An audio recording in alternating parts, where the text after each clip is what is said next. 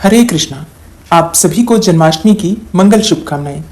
ठाकुर जी की कृपा सदैव आप और आपके समस्त परिवार पर बनी रहे। दोस्तों, आज की वीडियो में मैं आपसे बात करने वाली हूँ जन्माष्टमी की पूजा विधि के विषय में। जन्माष्टमी की पूजा रात्रि में अर्धरात्रि में की जाती है। तो अर्धरात्रि की पूजा यानी कि जो रात्रि में 12 बजे की पूजा होती है वो बहुत विशेष होती है। तो शाम के समय से ही आपको कुछ विशेष कार्य करने होते हैं। जब हमें भगवान का जन्म कराना होता है तो इसके लिए हमें कुछ तैयारियां करनी होती हैं।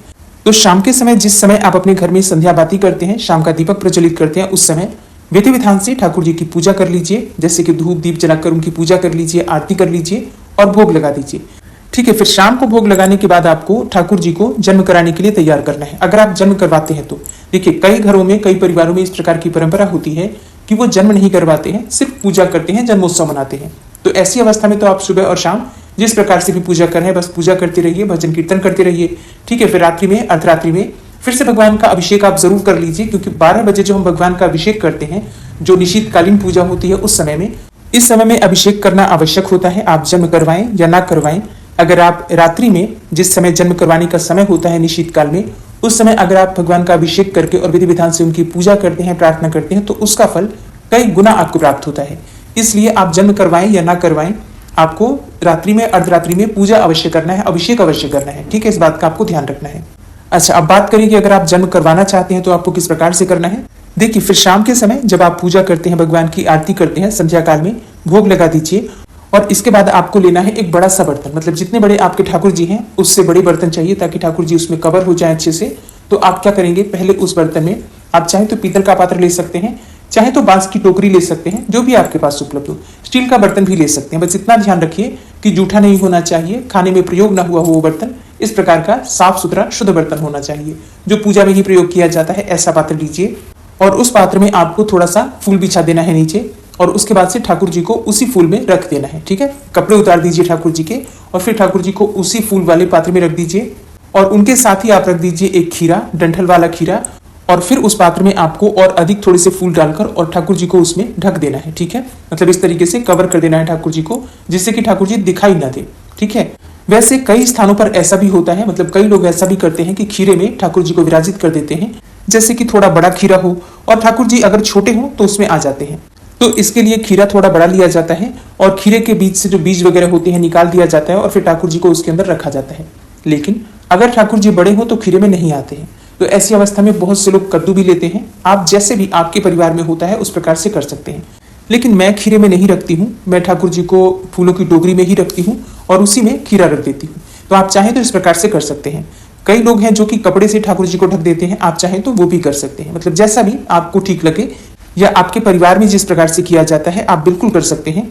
तो ठाकुर जी को फूलों की टोकरी में आप रख दीजिए। इसके बाद से आप चाहे तो मंत्र जप कर सकते हैं, या फिर आप चाहें तो आसपास कोई मंदिर हो, कोई झांकी हो तो वहां जाकर दर्शन करके आ सकते हैं, या भगवान के लिए भोग बनाना है तो इस समय में आप भोग वगैरह बना सकते हैं। ठीक है।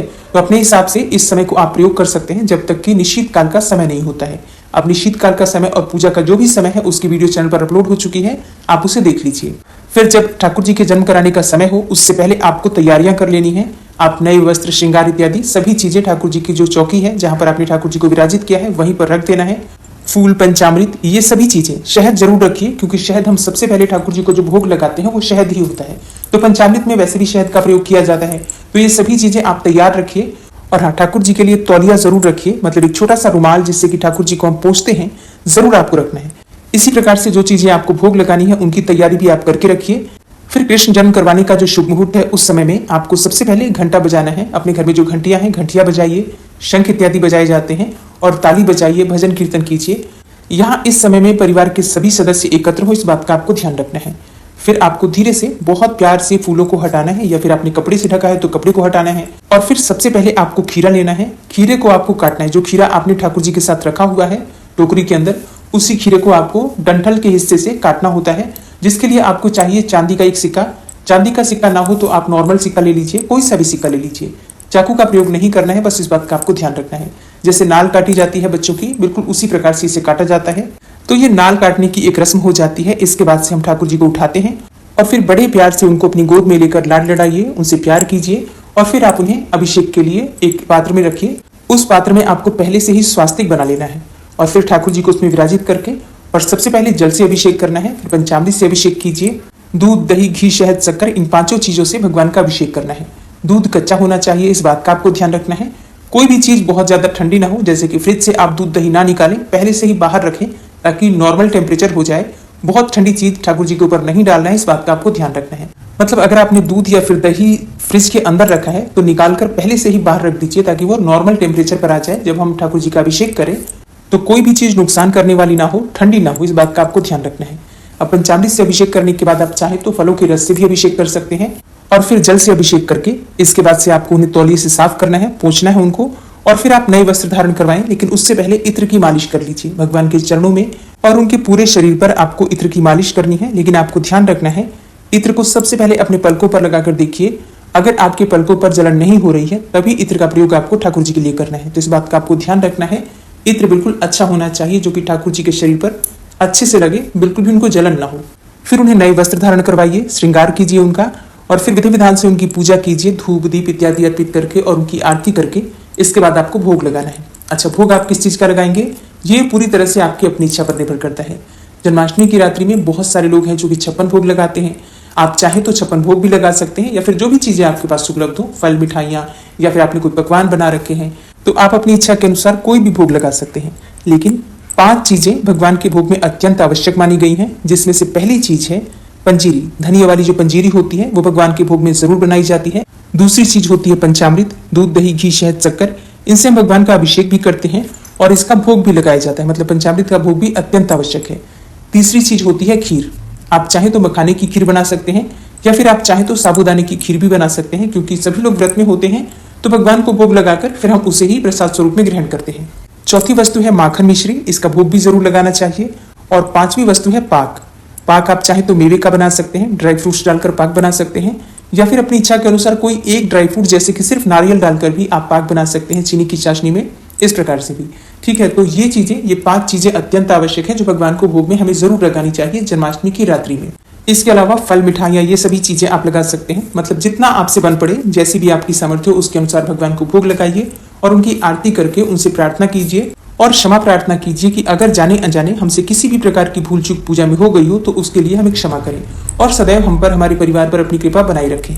और जब भगवान भोग लगा लेते हैं तो उसके बाद से हम उन्हें झूले में बिठाते हैं। अच्छा, कई स्थानों पर भगवान के जन्म लेने के बाद उनका अभिषेक करके पहले झूले में बिठा देते हैं, फिर झूला झुलाने के बाद भोग लगाते हैं। तो आप चाहे तो ऐसा भी कर सकते हैं, जैसा भी आपके यहाँ होता हो या जैसा भी आपके मन में भाव आता हो।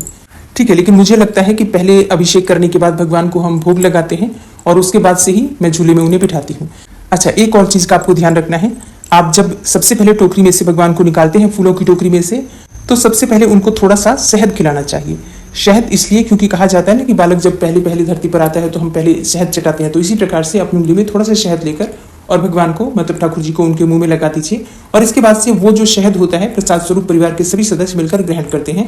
पूजा पूरी होने के बाद, आरती होने के बाद अपना व्रत खोलते समय आप लोग जरूर लीजिएगा उसमें से। और जिस खीरे को हम नाल काटने के लिए प्रयोग करते हैं उस खीरे को भी आप चाहे तो प्रसाद स्वरूप में ग्रहण कर सकते हैं। और जो सिक्का आपने प्रयोग किया नाल काटने के लिए, उस सिक्के को आप अपने धन रखने की तिजोरी में रखिए। इससे आपके घर में हमेशा माँ लक्ष्मी विराजित रहती है।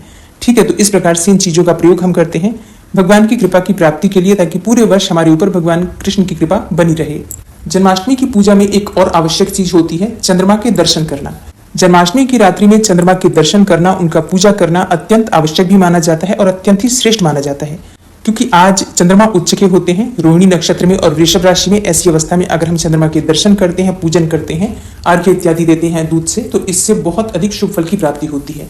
तो अगर आपके यहाँ चंद्रमा दिखाई दे रहे हों तो बिल्कुल आप रात्रि में चंद्रमा को अर्घ्य भी दे सकते हैं। वैसे बहुत से स्थानों पर चंद्रमा को अर्घ्य देने के बाद ही जन्माष्टमी की रात्रि में व्रत खोला जाता है। अब बात करें कि व्रत हम कब खोलें, तो देखिए, व्रत आप अनाज से जो व्रत खोलना चाहते हैं वो अगले दिन खोलेंगे सुबह के समय। जैसे कि सोमवार को हम व्रत धारण कर रहे हैं जन्माष्टमी का, मंगलवार को सुबह उठकर स्नान इत्यादि से निवृत्त होकर फिर से ठाकुर जी की पूजा कीजिए और उसके बाद से आप अपना व्रत खोल सकते हैं। अच्छा, बहुत से लोग हैं जो कि रोहिणी नक्षत्र का इंतजार करेंगे कि रोहिणी नक्षत्र समाप्त हो जाए तब हम व्रत खोलेंगे।